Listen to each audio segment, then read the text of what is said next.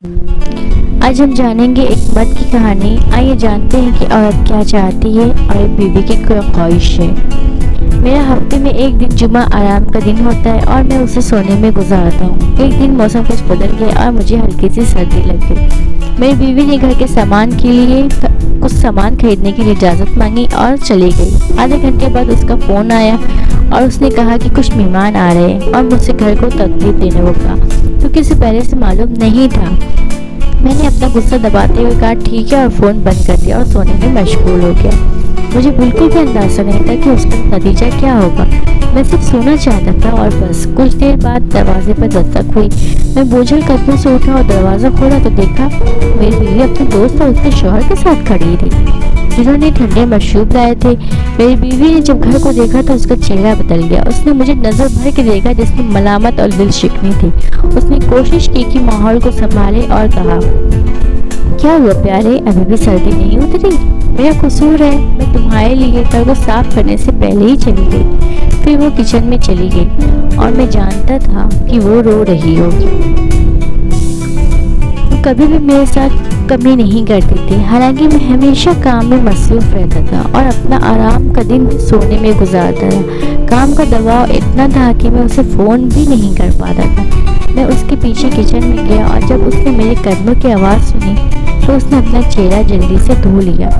میں اس کے قریب گیا اور کہا، مجھ سے ناراض مت ہو، تم جانتی ہو کہ ڈاکٹروں کو کلینک میں کتنے لوگ دیکھنے ہوتے ہیں۔ اس نے مجھے مصنوعی مسکراہٹ کے ساتھ دیکھا اور کہا، کوئی بات نہیں، سب ٹھیک ہے۔ لیکن وہ ہمیشہ کی طرح یہ بات صرف اس لیے کہہ رہی تھی تاکہ بات ختم ہو جائے اور غصے یا لڑائی جھگڑے کی بات نہ ہو۔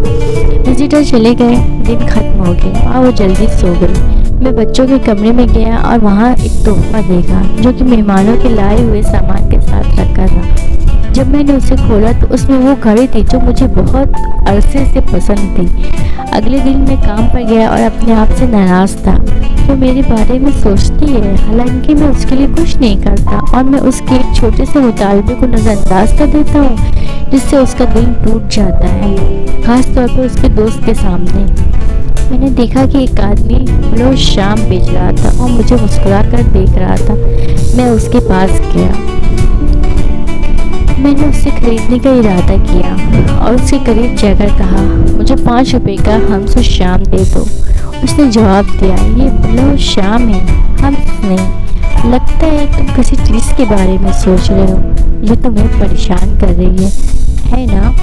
میں نے تھکاوٹ سے ہنستے ہوئے کہا، نہیں کچھ نہیں ہے۔ اس نے ایک کرسی کھینچی اور کہا، آؤ بیٹھو، میں تمہیں گرم بلہ دیتا ہوں۔ میں بیٹھ گیا، حالانکہ میں دیر کر رہا تھا۔ اس نے مجھے ایک پلیٹ دی اور میرے پاس بیٹھ کر بات کرنے کی کوشش کی تو میں نے سکون سے اس سے ساری باتیں کی۔ اس نے کہا، میرے ہاتھ پر ہلکا سا دباؤ ڈالا اور کہا، میری غلطی مت دہراؤ۔ میں نے اسے حیرت سے دیکھا اور پوچھا، کیا غلطی؟ کیسی غلطی؟ اس نے جواب دیا، میری بیوی میری عدم توجہ سے تنگ آ کر چلی گئی اور جس دن میں نے اس کی پرواہ کی وہ مر گئی۔ میں اب چاہتا ہوں کہ وہ صرف ایک دن کے لیے واپس آ جائے تاکہ میں اسے منا لوں۔ نبی کریم صلی اللہ علیہ وسلم اپنے کپڑے خود سیتے تھے، اپنی بیویوں کی مدد کرتے تھے، حتیٰ کہ اپنے جوتے بھی خود مرمت کرتے تھے۔ ان کی بیوی عزت دار تھی، بے عزتی نہیں کی جاتی تھی۔ عورتوں کے دل یادوں سے زندہ رہتے ہیں۔ اگر آپ ان کے لیے ایک خوبصورت یادگار بنا دیں تو اپنی جان آپ پر نچھاور کر دیں گے۔ اگر آپ انہیں کسی لمحے میں مایوس کریں تو یہ ان کے دل میں آسانی سے نہیں جائے گا، چاہے وہ آپ کو معاف بھی کر دیں۔ وہ کمزور ہوتی ہیں، بہت سوچتی ہیں لیکن جلدی مان جاتی ہیں۔ کوئی عورت ضدی یا شکایت کرنے والی نہیں ہوتی، لیکن آپ کے ساتھ محبت کی وجہ سے وہ آپ کے رویے پر احساس ہو جاتی ہے۔ اپنی عادتوں کی وجہ سے اپنی نعمتوں کی قدر کو مت کھوئیں۔ عورت کی قدر کرنا آپ کی شخصیت کو کمزور نہیں کرتا، بلکہ آپ کو اپنی ماں کی عزت کرنے، اپنی بیوی سے محبت کرنے اور اپنی بیٹی کی نظر میں ہیرو بننے میں مدد دیتا ہے۔ اس لیے اپنی بیوی سے محبت کریں، پیار کریں اور ان کی قدر کریں۔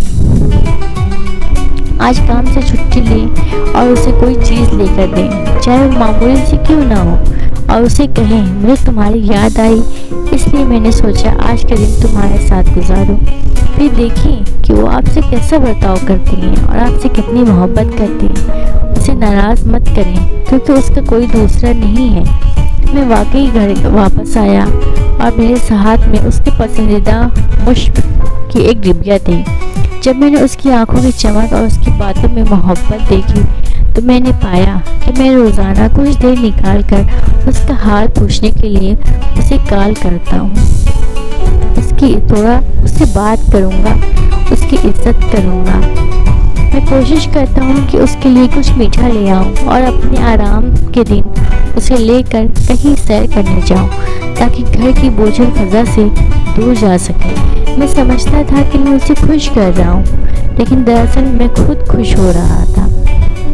ایک دن جب ہم باہر جا رہے تھے، میں نے اس کے لیے کچھ سردیوں کے کپڑے اور گھر کی ضرورت کا ضروری سامان خریدا۔ تقریباً مہینے کی تنخواہ خرچ ہو گئی اور میرے پاس صرف 10 روپے بچے۔